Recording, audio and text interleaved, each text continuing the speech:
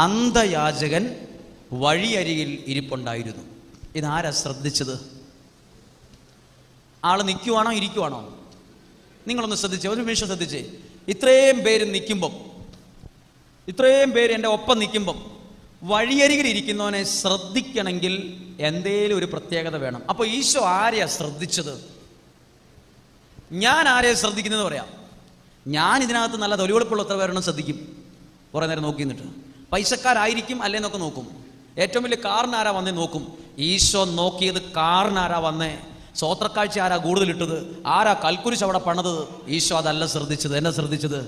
വഴിയരികിൽ ഇരിക്കുന്നവനെ ശ്രദ്ധിച്ചു. നമ്മുടെ ദൈവത്തിൻ്റെ സ്വഭാവമാണ് മനസ്സ് വിഷമിച്ചിരിക്കുന്നവരെ ദൈവം ശ്രദ്ധിക്കും. പറഞ്ഞു ഹല്ലേലൂയാ. പലർക്കും നമ്മുടെ ദൈവത്തെ അറിയത്തില്ല കേട്ടോ. ഇപ്പോൾ ഈ സമൂഹത്തിനകത്തിരിക്കുന്ന ചിലപ്പോൾ വേദന കൊണ്ട് കൂരിയിരിക്കുന്നവരൊക്കെ ഉണ്ട്, ഇങ്ങനെ വിഷമിച്ചിരിക്കുന്നവരുണ്ടാവും. ഈശോ നിങ്ങളെപ്പോലും ഇപ്പോൾ ശ്രദ്ധിക്കുന്നുണ്ട്. അടുത്ത വചനം വായിക്കാം. നസ്രായനായ യേശുവാണ് പോകുന്നതെന്ന് അറിഞ്ഞപ്പോൾ അവൻ ഉച്ചത്തിൽ വിളിച്ചു പറഞ്ഞു, ദാവീദിന്റെ പുത്രനായ യേശുവേ, എന്നിൽ കനിയണമേ. ഒന്ന് ശ്രദ്ധിച്ചേ, ഈ പൊസിഷൻ നിങ്ങൾ കാണുമ്പം ഇത് നിങ്ങൾ ഭാവനയിലൊന്ന് കാണണം. ഒരുപാട് ആൾക്കാരുടെ ഒപ്പം ഈശോ പോകുമ്പം അതിനകത്ത് സൈഡിലിരുന്ന ഒരുത്തൻ മാത്രം വിളിച്ചു പറഞ്ഞു യേശുവേന്ന്. ഒറ്റ ഒരുത്തൻ മാത്രം. ഒരു നിമിഷം നിങ്ങൾ ശ്രദ്ധിക്കണം. പ്രാർത്ഥിക്കുന്ന ഒരാളെങ്കിലും ഇതിനകത്തുണ്ടെങ്കിൽ നിങ്ങളെ അനുഗ്രഹിക്കാതെ ദൈവം കടന്നു പോകില്ല. ഹല്ലേലൂയാ. നിങ്ങളുടെ വീട്ടിൽ 5 പേരുണ്ട്, 4 പേരും പ്രാർത്ഥിക്കുന്നവരല്ല, ഒരാൾ നല്ല പ്രാർത്ഥിക്കുന്നവരാ. നിങ്ങളുടെ വീട്ടിൽ ഒരാളെങ്കിലും പ്രാർത്ഥനയോടെ ഉണ്ടെങ്കിൽ നിങ്ങളുടെ കുടുംബത്തെ അനുഗ്രഹിക്കാതെ കവച്ചു വച്ച് ദൈവം അനുഗ്രഹിക്കാതെ കടന്നു പോകില്ലെന്ന്. ഹല്ലേലൂയാ. അവർക്ക് പറഞ്ഞേ ഹല്ലേലൂയാ. ഇനി എന്ത് ഭയങ്കര സ്വാധീനം ചെലുത്തേണ്ട കുറച്ച് കാര്യമുണ്ട്. ഇത്രയും പേരുണ്ടായിട്ട് ശ്രദ്ധിച്ചതാരെയാ? പ്രാർത്ഥനയുള്ള ഒരു മനുഷ്യനെ ഈശോ ശ്രദ്ധിച്ചത്. പ്രാർത്ഥനയുള്ള അവൻ്റെ ഹൃദയത്തെയാ. അവൻ 24 മണിക്കൂറും പ്രാർത്ഥിച്ചിട്ടില്ല. ഈശോയാണെന്ന് അറിഞ്ഞപ്പോൾ ഒരു വിളിച്ചതേ ഉള്ളൂ. ശ്രദ്ധിച്ചേ, മനസ്സിൽ നിന്നാണ് ദൈവത്തെ വിളിക്കുന്നെങ്കിൽ, ഈശോ നമ്മൾ എവിടെ ഇരുന്നാ വിളിക്കുന്നെങ്കിലും ഈശോ അത് ശ്രദ്ധിച്ചിരിക്കും. പറഞ്ഞേ ഹല്ലേലൂയാ.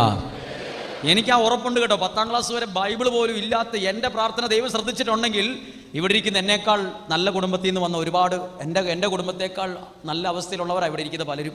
നല്ല ഭക്ഷണം കഴിച്ചവരും നല്ല കട്ടിലെ കിടന്ന് ഉറങ്ങുന്നവരും നല്ല കാറിൽ യാത്ര ചെയ്യുന്നവരായിരിക്കുന്നവർ.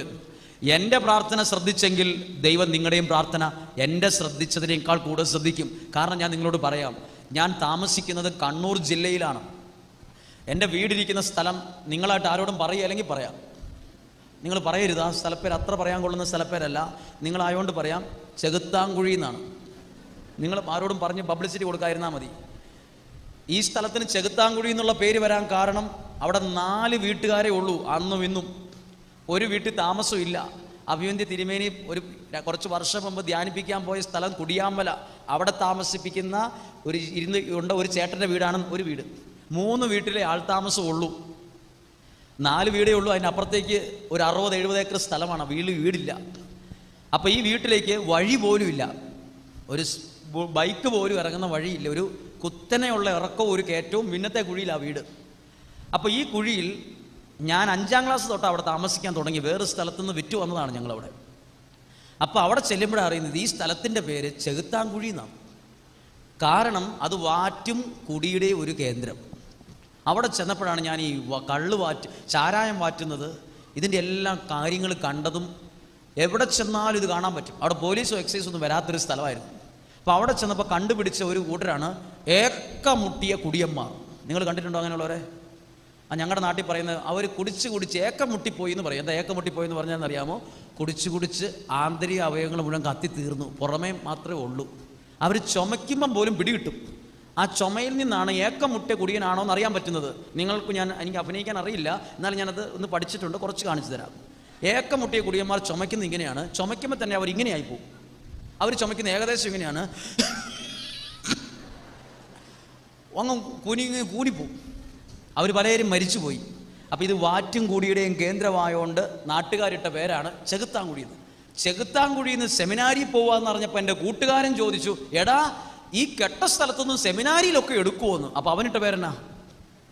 കെട്ട സ്ഥലം. അപ്പോൾ 2 സ്ഥലപ്പേരാണ് അതിനുള്ളത്. ഒന്ന് ചെകുത്താൻകുഴി, ഒന്ന് എൻ്റെ കൂട്ടുകാരൻ്റെ സ്ഥലം, കെട്ട സ്ഥലം. ഞാൻ പ്രാർത്ഥിച്ചിട്ട് പോലും ദൈവം കേട്ടിട്ടുണ്ട്. ഞാൻ പ്രാർത്ഥിച്ചിട്ട് കേൾക്കാൻ പാടില്ലാത്ത, ഞാൻ ഒരു പ്രാർത്ഥനയും പ്രാർത്ഥിക്കാത്ത ആളായിരുന്നു. പക്ഷെ ഒരു സങ്കടം വന്നപ്പോൾ പ്രാർത്ഥിച്ചു പോയി. അപ്പോൾ ദൈവം അത് അക്ഷരാർത്ഥത്തിൽ കേട്ടോണ്ടാണ് ഇന്നും ദൈവവചനം പറയുന്ന ഒരാളായിട്ട് ഞാനിവിടെ നിൽക്കുന്നത്. എനിക്കതുകൊണ്ട് അറിയാം, ഈ ബൈബിളിൽ എഴുതിയിരിക്കുന്നത് 100% സത്യമാണ്. ദൈവം നോക്കുന്നത് വസ്ത്രം എങ്ങനെയുണ്ട്, തൊലിവെളുപ്പ് എങ്ങനെയുണ്ട്, ആൾ ഏത് വീട്ടിൽ നിന്നാണ് വരുന്നത്, അവൻ്റെ വീട്ടുപേരെന്നതാ, അവൻ്റെ ഭാര്യ ഏത് പാർട്ടിക്കാരനാ, അവൻ ഏതാ വസ്ത്രം ഇട്ടിരിക്കുന്നത്, അവൻ്റെ ചിറ്റപ്പൻ കാനഡയിലുണ്ടോ, ദൈവം നോക്കിയല്ല. നമ്മൾ നോക്കും കാനഡയിൽ ആരാ, UK അവിടെ എത്ര പേര് പോയി, അയർലൻഡിൽ ആരൊക്കെ പോയിട്ടുണ്ട്. നമ്മളിതൊക്കെ നോക്കിയിട്ടാണ് പലതും ആലോചിക്കുന്നത്. ഇതാ മുഖം നോക്കാത്ത ഒരാൾ ആരാ? ഈശോ അതിലേ പോയപ്പം വിളിച്ച് ഒരാളുടെ അടുത്ത്, ഇനി അതിനകത്തൊരു പ്രത്യേകതയുണ്ട്. വിളിച്ചു പറഞ്ഞപ്പം നാട്ടുകാരെന്നാ പറഞ്ഞേ? ഒപ്പമുണ്ടായിരുന്നവർ പ്രാർത്ഥനയെ സപ്പോർട്ട് ചെയ്തോ ഇല്ലയോ? എന്നാ പറഞ്ഞേ? ഇന്നും അങ്ങനെ തന്നെയാണ്. ഒരേ നിങ്ങളുടെ നാട്ടിൽ ഓർത്ത് നോക്കുമോ, ഒരു പള്ളിയിൽ എല്ലാവരും കൂടെ കുതിര കയറുന്ന ആരുടെ പുറത്തായിരിക്കും? പള്ളിയിലെ കരിസ്മാറ്റിക് പ്രാർത്ഥനാ ഗ്രൂപ്പിൻ്റെ തലയിലായിരിക്കും എല്ലാവരും കൂടെ കുതിര കയറുന്നത്. ആർക്കിഷ്ടമല്ല? ആരെ? പ്രാർത്ഥിക്കുന്നവരെ മക്കൾക്ക് പോലും ഇഷ്ടമല്ല. ഒരമ്മ പറഞ്ഞു, ഞാൻ പ്രാർത്ഥിക്കുന്നതുകൊണ്ട് എൻ്റെ മകൻ എന്നെ കൊന്നു തിന്നാനുള്ള ദേഷ്യം വച്ചാ. മകൻ ചോദിക്കുവാണ്, അമ്മ എന്നാത്തിനാ ഈ പ്രാർത്ഥിക്കുന്നേ? പ്രാർത്ഥിച്ചിട്ടാണോ ഇതൊക്കെ ഉണ്ടാകുന്നേ? അമ്മയുടെ ഈ പ്രാർത്ഥന, ഒടുക്കത്തെ പ്രാർത്ഥന നിർത്തിയാൽ തന്നെ ഈ വീട് രക്ഷപ്പെടുമെന്ന് മകൻ പറഞ്ഞു. ഒരുപക്ഷെ നിങ്ങളും അങ്ങനെ കേൾക്കുന്നവരായിരിക്കും കേട്ടോ. ഏത് മക്കൾ പറയും, അമ്മയുടെ ഈ പ്രാർത്ഥന നിർത്തിയാൽ തന്നെ ഈ വീട് രക്ഷപ്പെടുമെന്ന്. അപ്പോൾ ഒരു കാര്യം ശ്രദ്ധിച്ചേ, ഈ മനുഷ്യനോട് നാട്ടുകാർ ഒരാൾ പോലും പറഞ്ഞില്ല. എല്ലാവരും പറഞ്ഞു, എന്തിനാടാ പ്രാർത്ഥിക്കുന്നത്, മിണ്ടാതിരിക്കടാ അവിടെ. എല്ലാവരും ശാസിച്ചു. ഇവിടെ ഇരിക്കുന്ന എല്ലാ പ്രിയപ്പെട്ടവരും കേട്ടെ, പ്രാർത്ഥിക്കുന്ന ഒരു മനുഷ്യനെ കൈയടിച്ച് സപ്പോർട്ട് ചെയ്യില്ല. അത് പ്രതീക്ഷിച്ച് ആരും പ്രാർത്ഥനാ ജീവിതത്തിലേക്ക് വരണ്ട. പ്രാർത്ഥിക്കുന്നവനെ കല്ല് വെറുകി എറിയും. പക്ഷെ വേറൊരു പ്രത്യേകത കേട്ടുതരാം. എന്നെ പ്രാർത്ഥനയുടെ പേരിൽ കളിയാക്കിയ മനുഷ്യൻ ഒരു സമയത്ത് എൻ്റെ മുമ്പിൽ കൈകൂപ്പി വന്നിങ്ങനെ നിന്നിട്ട് പറഞ്ഞു, ഞാനൊരു വലിയ പ്രശ്നത്തിലാണ്, അച്ഛനൊന്ന് പ്രാർത്ഥിക്കണമെന്ന്. പ്രാർത്ഥിക്കുന്നവനെ വിമർശിക്കുന്നവർ വരെ ചില സമയത്ത് കൈകൂപ്പിക്കൊണ്ട് പെറുക്കി വരുന്ന എവിടെയായിരിക്കും? പ്രാർത്ഥിക്കുന്നവൻ്റെ മുമ്പിലായിരിക്കും. എല്ലാം ഉള്ളപ്പം പ്രാർത്ഥനയുടെ വില ആർക്കും അറിയില്ല. പ്രശ്നങ്ങൾ വരുമ്പോൾ വട്ടം ചുറ്റുമ്പോഴാണ് പ്രാർത്ഥിക്കുന്നവൻ്റെ വില പോലും അറിയുന്നത്. ഞാനിങ്ങനെ ഉദാഹരണം പറയാം. ഒരു വലിയ പ്രശ്നം വന്നപ്പോൾ ഞാൻ ഫോൺ എടുത്തിട്ട് നമ്പർ സേവ് ചെയ്ത് സെലക്ട് ചെയ്തിരിക്കുന്ന ഏതാ നോക്കിയെന്നറിയോ? പ്രാർത്ഥിക്കുന്ന ചേട്ടൻ്റെ നമ്പർ ആദ്യം എടുക്കുന്നത്. എൻ്റെ ഒപ്പം സാമ്പത്തിക ഉള്ളപ്പം കൂടെ നിന്ന ആൾക്കാരുടെ നമ്പറല്ല. പ്രശ്നം വരുമ്പോൾ ആദ്യം എടുക്കുന്നത് പ്രാർത്ഥിക്കുന്ന ഒരു ചേട്ടൻ്റെയോ ഒരു അമ്മച്ചിയുടെയോ നമ്പർ എടുത്തിട്ട് ആദ്യം ഒരു പ്രശ്നം ഉണ്ടെന്ന് പ്രാർത്ഥിക്കണം കേട്ടോ. പ്രാർത്ഥിക്കുന്നവൻ്റെ വില അറിയണമെങ്കിൽ പ്രശ്നം വരുന്ന സമയത്ത് അവൻ കൈകൂപ്പി വരും, പ്രാർത്ഥിക്കണം കേട്ടോ എന്ന് പറഞ്ഞേ. ഹല്ലേലൂയാ, ഉറക്കെ പറഞ്ഞേ ഹല്ലേലൂയാ. ഇതാണ് പ്രാർത്ഥനയുടെ വില, പ്രാർത്ഥനയുടെ ശക്തി. എന്നിട്ട് നോക്കുക, പെട്ടെന്നൊരു കാര്യം പറയാം. പ്രാർത്ഥിച്ചു പോയപ്പം എല്ലാവരും പറഞ്ഞു മിണ്ടാതിരിക്കാൻ പറഞ്ഞപ്പോൾ ഈ മനുഷ്യൻ പ്രാർത്ഥന നിർത്തിയായിരുന്നെങ്കിൽ അനുഗ്രഹം വരുമായിരുന്നോ ഇല്ലയോ? ഈ മനുഷ്യൻ അഡ്ജക്റ്റീവാണ് എഴുതിയിരിക്കുന്നത്, അവൻ കൂടുതൽ ഉച്ചത്തിൽ.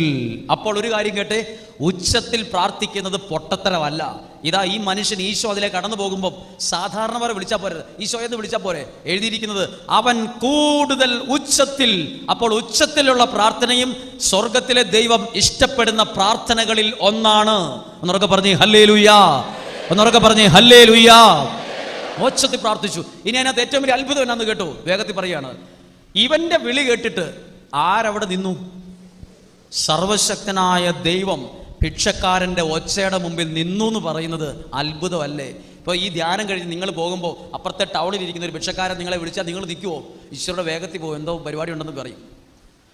ഈശോ പോലും കേട്ടെ, ഭിക്ഷക്കാരൻ്റെ പ്രാർത്ഥനയ്ക്ക് പോലും ഇത്രയും വിലയുണ്ടെങ്കിൽ പ്രിയപ്പെട്ടവരെ, നല്ല ഡ്രസ്സ് ഇട്ടിരിക്കുന്ന നല്ല കുടുംബത്തിൽ നിന്ന് വന്ന പ്രിയപ്പെട്ടവരെ, ഈ ഭിക്ഷക്കാരൻ്റെ പ്രാർത്ഥനയ്ക്ക് ദൈവം ഇത്രയും വില കൊടുത്തെങ്കിൽ എൻ്റെയും നിങ്ങളുടെയും പ്രാർത്ഥനയ്ക്ക് ദൈവം ഇതിനേക്കാൾ വില തന്നിരിക്കും. അതിന് തർക്കമില്ല. ഉറക്കെ പറഞ്ഞേ ഹല്ലേലൂയാ, പറഞ്ഞേ ഹല്ലേലൂയാ.